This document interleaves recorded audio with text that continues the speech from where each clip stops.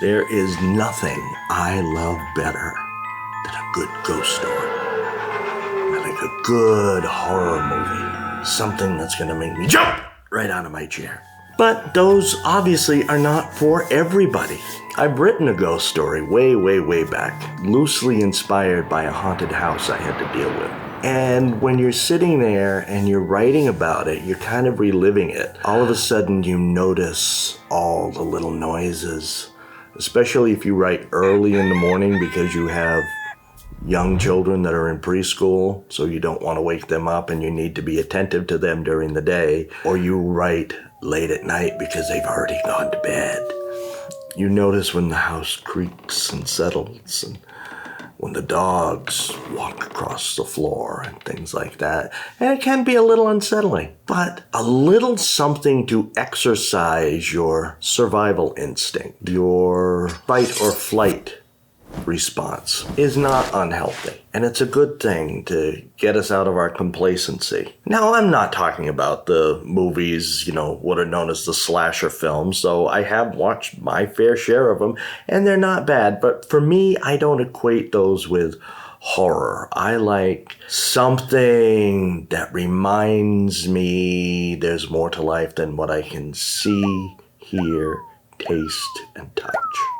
That there's another dimension that we haven't explored. I like the horror movies that make us stop and think about the choices we make, like Mary Shelley's Frankenstein. She talked about science. She was the first one to ask the question that they asked in Jurassic Park. Just because you can doesn't mean you should. Later on in the 1950s and everything, there were a different kind of horror that they decided to call science fiction because they weren't going to be dealing with the supernatural. They were going to be dealing with the consequences of nuclear blasts and nuclear war,